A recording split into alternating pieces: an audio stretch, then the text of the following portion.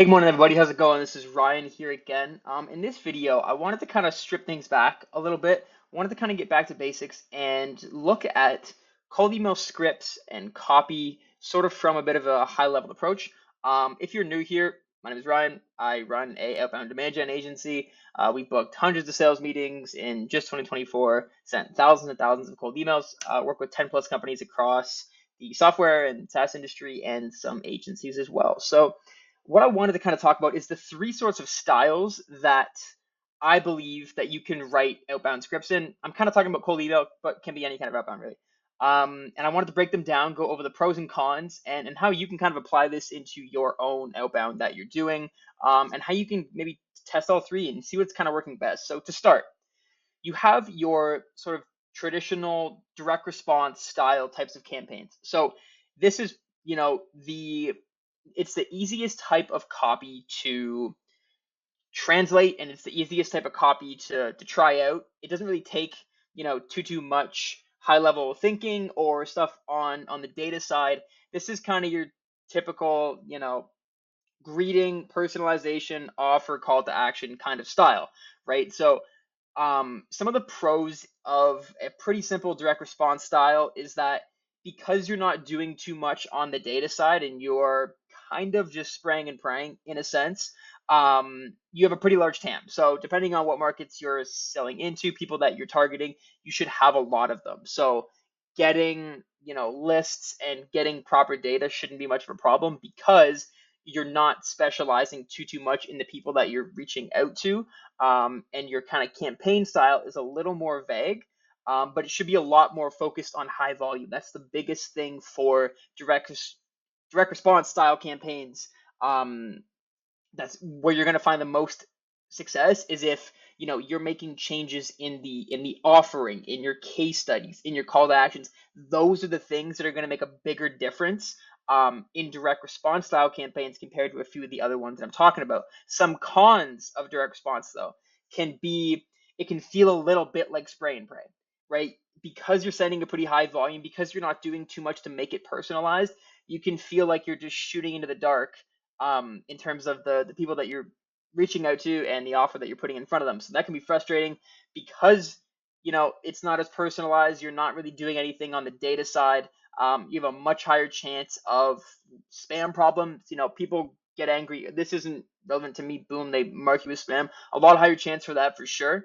And then since you need to be sending a lot higher volume with direct response style campaigns, usually it's going to cost more. You have to buy more inboxes. You have to buy more domains. That's kind of the way it is. But if you're somewhat new to outbound to cold email, I would say this is your best place to start. And I have a picture of our friend David Ogilvy, I think, the father of advertising, whatever. But yeah, if you're somewhat new, this is a great place to start. You can't really go wrong with stuff like this.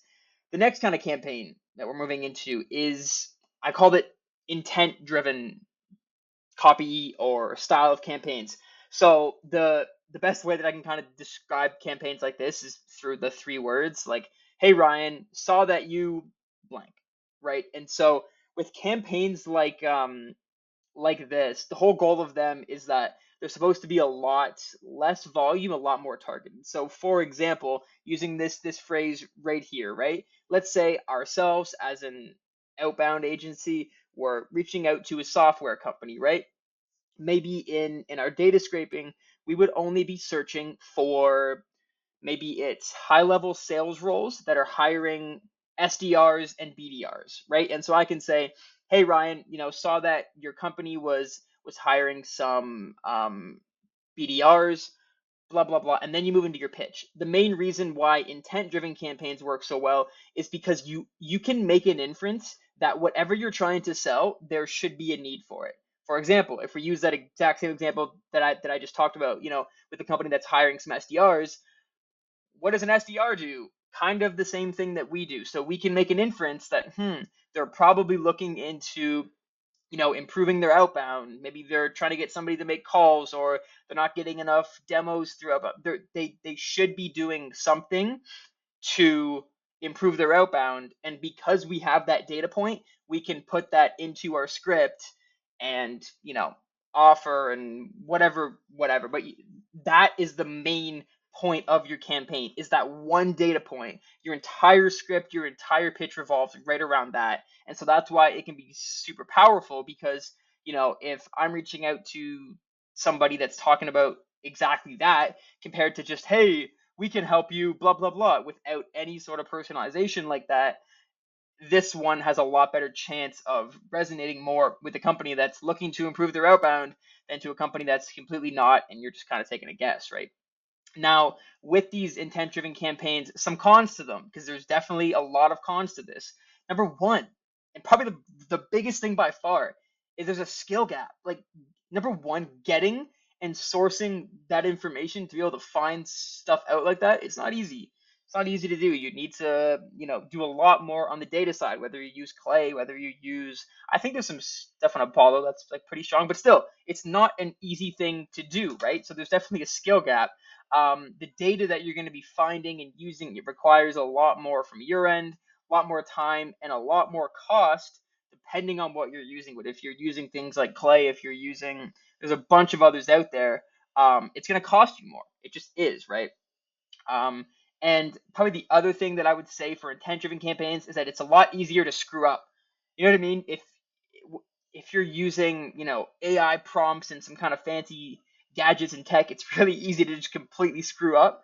So there's a lot of areas that you can go wrong in this, but if you do it right, you should be hitting a more targeted list that you can make an inference that they should have a need for your thing based on blank. They're hiring for some role. Somebody just, a sales director just left the company. Something like that, you can make these inferences. The last kind of campaign that I want to talk about is what I'm just calling the Trojan horse style campaign. So you probably all know the Trojan horse, so I'm not going to explain it. Now, the way that I kind of see this is that instead of, shooting high volume to an audience with offer, case study, boom, instead of being super, super niche and, trying to say, hey, I saw that you're doing this, you should have a need for my product, blah, blah, blah. The Trojan horse style kind of attempts to, you want to send over some kind of value. This is extremely dependent on strong lead magnets and sending value and how you can help them. It's all about helping them before it's about pitching your product, right? So with some pros of the Trojan horse strategy, it's value driven. People should like that a lot more than asking for 30 minutes of their time and throwing a Calendly link in their face. It should be the least costly, at least financially. You know what I mean? Like, you shouldn't have to send as much volume as you are if you're just simply spraying and praying. You should also, if you're doing a lead magnet properly, and I have a video on a lead magnet, it's actually my last video that you should go check out because it's working really, really well. But if you're actually sending a proper lead magnet that's like genuinely valuable for a company, it should do a lot in terms of goodwill, in terms of trust, in terms of these people understanding how you and your service or your product can actually help them, and then working with you in the future. That's kind of the whole goal of the Trojan Horse campaign.